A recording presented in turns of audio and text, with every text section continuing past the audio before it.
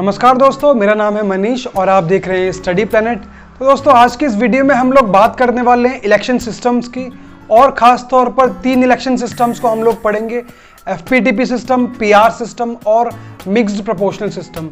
तो अगर आप लोग 11th क्लास में हैं या ग्रेजुएशन के स्टूडेंट हैं तो आपके लिए वीडियो काफ़ी इंपॉर्टेंट होने वाली है दोस्तों। तो आइए इसको शुरू करते हैं। सबसे पहले बात करते हैं दोस्तों एफपीटीपी सिस्टम की।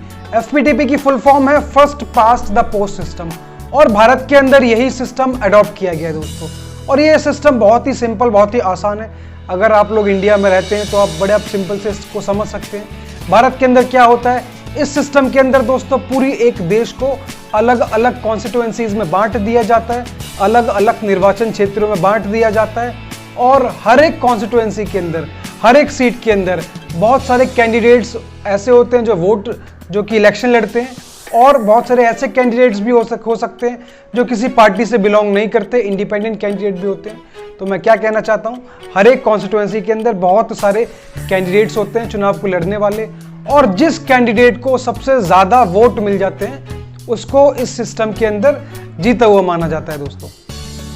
अब इसी चीज़ को दोस्तों हम लोग आसान भाषा में समझते हैं। इमेजिन कीजिए कि कोई भी कॉन्स्टिट्यूएंसी है, जिस कॉन्स्टिट्यूएंसी के अंदर करीब 100 वोटर्स रहते हैं, 100 वोट्स हैं उसके अंदर, और अलग अलग 4 कैंडिडेट्स उस इलेक्शन के अंदर खड़े हुए हैं, A, B, C and D।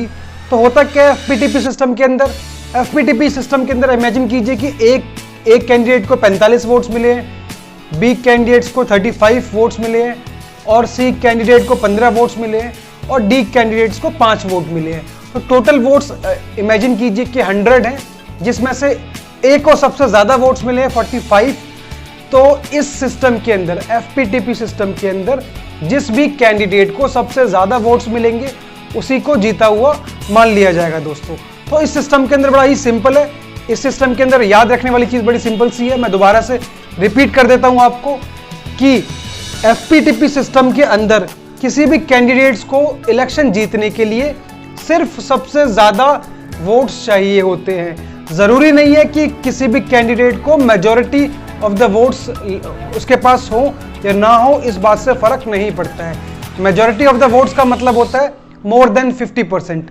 मतलब 100 वोट्स टोटल है तो मेजॉरिटी मतलब 51 वोट्स जिसके पास होंगे सिर्फ वही जीता जाएगा। तो ऐसा सिस्टम नहीं होता है। मैं दोबारा से बोलता हूँ, एफपीटीपी सिस्टम के अंदर किसी भी कैंडिडेट्स को इलेक्शन जीतने के लिए मेजॉरिटी ऑफ वोट्स की ज़रूरत नहीं होती है। सिर्फ उसके पास सबसे ज़्यादा वोट्स हो, इतना ही उसको चुनाव जीतने के लिए काफ़ी है। तो एफपीटीपी सिस्टम के अंदर दोस्तों हमने क्या बात की, सबसे पहले ये बात की कि पूरे देश को अलग अलग कॉन्स्टिट्यूएंसीज में बांट दिया जाता है। हर एक कॉन्स्टिट्यूएंसी में से बहुत सारे कैंडिडेट्स इलेक्शन लड़ते हैं और जो भी कैंडिडेट सबसे ज़्यादा वोट मिलते हैं उस कैंडिडेट को जीता हुआ मान लिया जाता है दोस्तों। और एक बात इसके अंदर ये है कि voters vote for the candidate.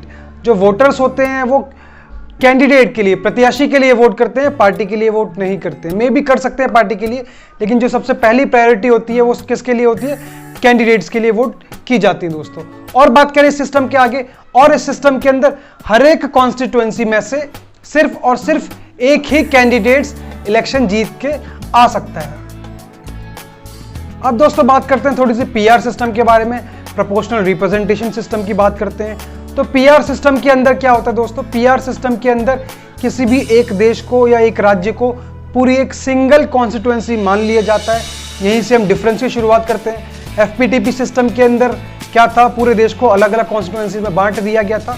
यहाँ पर पूरे एक देश, एक राज्य को एक सिंगल कॉन्स्टिट्यूएंसी मान लिया जाता है दोस्तों, और पूरे कॉन्स्टिट्यूएंसी में एक साथ चुनाव होते हैं और जो वोटर्स होते हैं they vote for the party. तो क्या कहना चाहता हूँ, एफपीटीपी सिस्टम के अंदर जो वोटर्स होते हैं they vote for the candidates, और पीआर सिस्टम के अंदर जो वोटर्स होते हैं they vote for the political parties दोस्तों।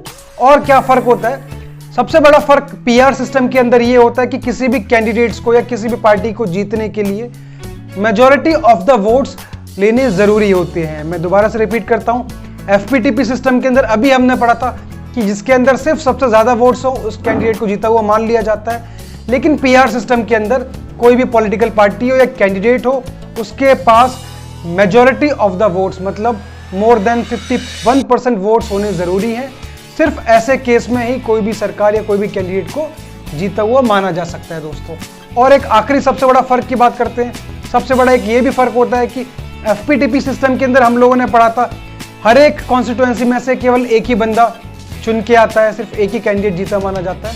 लेकिन पीआर सिस्टम के अंदर ऐसे केसेस भी हो सकते हैं जहां पर एक ही कॉन्स्टिट्यूएंसी में से एक से ज्यादा कैंडिडेट्स को जीता हुआ माना जा सके दोस्तों। चलिए बात करते हैं दोस्तों इस टॉपिक को डिटेल में समझने का। एक रीसेंट एग्जांपल लेते हैं हम लोग, ताकि इनके बीच में हम लोगों को डिफरेंस अच्छे से समझ आ जाए। एक रीसेंट एग्जांपल लिया है मैंने दिल्ली इलेक्शंस का। हाल ही में जो दिल्ली इलेक्शंस हुए अभी, उसका रिजल्ट जो था वो मैंने सामने लिख रखा है करीब करीब अप्रॉक्सीमेटली। और इसी एग्जाम्पल को लेते हुए हम लोग एफपीटीपी और पीआर सिस्टम को, इनके बीच में डिफरेंस समझने की कोशिश करेंगे दोस्तों।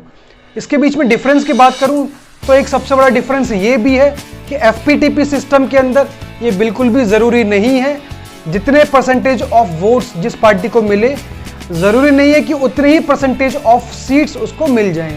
लेकिन पीआर सिस्टम के अंदर क्या होता है, इसका नाम ही है प्रोपोर्शनल रिप्रेजेंटेशन।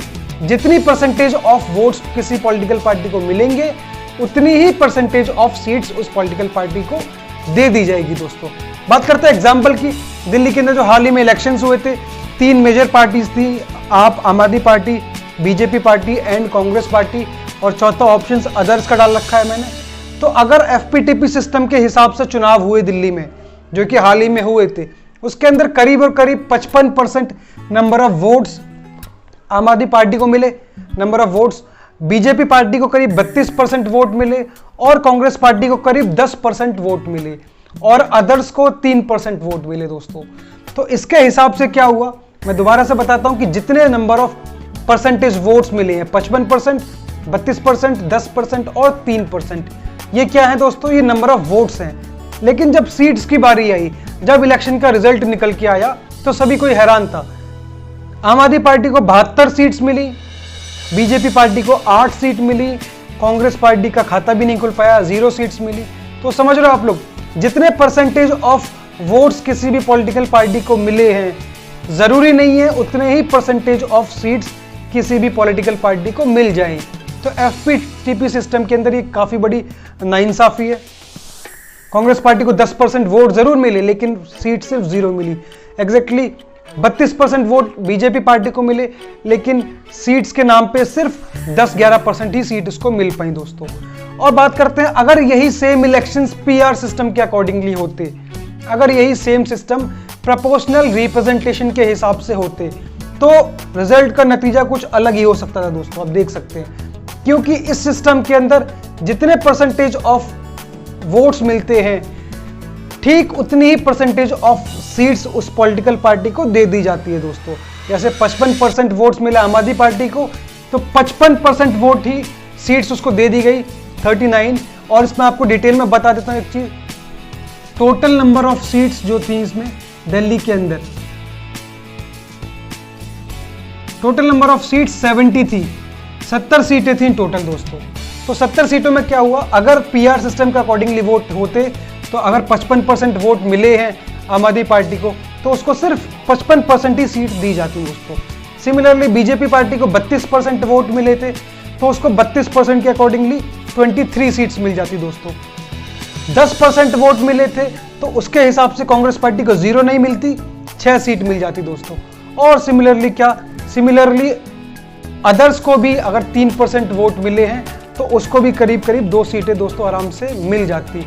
तो काफी बड़ा डिफरेंस है, काफी बड़ा फर्क है। और ये फर्क आपको सिर्फ इतनी सी बात बताता है कि एफपीटीपी सिस्टम के अंदर ये बिल्कुल भी जरूरी नहीं है, नंबर ऑफ वोट्स और नंबर ऑफ सीट्स दोनों केसेस में अलग अलग हो सकती हैं, आगे पीछे भी हो सकती हैं।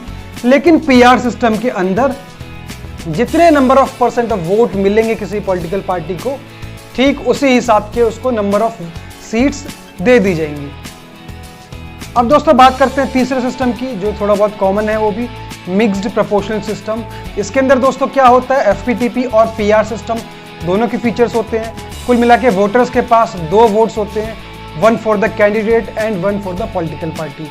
एक तो वो अपनी कॉन्स्टिट्यूएंसी के अंदर जो पहला वोट होता है वो किसी भी अपनी कैंडिडेट को जिताने के लिए होता है, दूसरा वोट जो होता है वो पार्टी के लिए होता है, वो किस पार्टी की राज्य के अंदर सरकार चाहते हैं दोस्तों। तो कुल मिला के मिक्स्ड प्रोपोर्शनल सिस्टम के अंदर किसी भी पॉलिटिकल पार्टी को, सरकार को बनाने के लिए ज़रूरी है किसी भी तरीके से कम मेजॉरिटी ऑफ द वोट्स उसके पास दोस्तों होने चाहिए। तो दोस्तों ये हमारा था कुछ FPTP PR सिस्टम और मिक्स्ड प्रोपोर्शन। लेकिन आप सभी के दिमाग में एक क्वेश्चन ज़रूर उठ रहा होगा कि FPTP सिस्टम के अंदर ऐसा क्या होता है जिसकी वजह से नंबर ऑफ वोट्स और नंबर ऑफ सीट्स में इतना फ़र्क क्यों हो जाता है। दोस्तों इस सवाल का आपको जवाब जरूर देता हूं मैं। इस सवाल का जवाब यही है, FPTP सिस्टम के अंदर मान लीजिए 3 कैंडिडेट्स खड़े हुए, एक को 45% वोट मिले, एक को 35% वोट मिले, एक को 15% वोट मिले और एक को 5% वोट मिले। दोस्तों तो ये एक सीट का एग्जांपल आपको दे रहा हूं। इमेजिन कीजिए कि ये सिचुएशन है किसी भी एक सीट के लिए। इसके अंदर जो एक कैंडिडेट है जिसके पास 45% ऑफ द वोट्स मिले हैं, इस कैंडिडेट्स को विनर मान लिया जाएगा। दोस्तों तो इस कैंडिडेट्स के जो वोट हैं, भले इसके पास मेजॉरिटी ऑफ द वोट्स नहीं है, लेकिन ये कैंडिडेट को जीता हुआ मान लिया जाएगा। लेकिन बाकी जो कैंडिडेट्स होंगे, B, C and D candidate, दोस्तों बाकी जो 3 पार्टीज के कैंडिडेट्स होंगे, इन सभी पार्टी के कैंडिडेट के वोट्स की वैल्यू 0 हो जाएगी। दोस्तों मैंने क्या समझाया आपको, जो कैंडिडेट जीत जाता है उसके नंबर ऑफ वोट्स तो पूरी तरीके से काउंट हो जाएंगे, लेकिन जो कैंडिडेट बाकी सेकंड, थर्ड एंड फोर्थ जो भी कैंडिडेट्स रहे होंगे, उनके वोट की वैल्यू, उस पॉलिटिकल पार्टी के वोट की वैल्यू 0 हो जाती है। दोस्तों और इसी तरीके से ये सिर्फ एक सीट का एग्जाम्पल है। दोस्तों ऐसे बहुत सारी सीट्स होती हैं जहां पर कांग्रेस पार्टी के भी काफी सारे वोट्स जरूर मिले होंगे, लेकिन कोई भी कैंडिडेट, कोई भी सीट ऐसी नहीं होगी जहां पर उसका कैंडिडेट सबसे ज्यादा वोट लेके जीत गया हो। दोस्तों यही एक रीजन है कि इस इलेक्शन के अंदर करीब 10-12% वोट जरूर मिला कांग्रेस पार्टी को, लेकिन सीट के नाम पे सिर्फ 0 सीट मिली। मैं दोबारा से रिपीट कर देता हूं, ये सबसे बड़ा रीजन है। जिस पॉलिटिकल पार्टी के कैंडिडेट को सबसे ज्यादा सीट मिलती है वो जीत जाता है, उसके जो नंबर ऑफ वोट्स होते हैं वो काउंट हो जाते हैं, लेकिन बाकी जो कैंडिडेट्स होते हैं दोस्तों, उनको वोट जरूर मिलता है लेकिन वो जीत नहीं पाते हैं, उस वोट्स को सीट के अंदर कन्वर्ट नहीं कर पाते हैं। यही एक रीजन है जिसकी वजह से बाकी पॉलिटिकल पार्टीज को नंबर ऑफ वोट्स जरूर मिल जाते हैं, लेकिन नंबर ऑफ सीट्स उतने बराबर में दोस्तों उनको नहीं मिल पाती हैं। तो दोस्तों ये टॉपिक था हमारा पूरा FPTP PR and mix proportion system. I hope आपको डिटेल में समझ आ गया होगा इजी लैंग्वेज में। तो अगर आपको ये वीडियो अच्छी लगी हो, टॉपिक अच्छा लगा हो, तो आप इसको ज़्यादा से ज़्यादा शेयर कर सकते हैं और चैनल को सब्सक्राइब कर सकते हैं। Thank you so much for watching.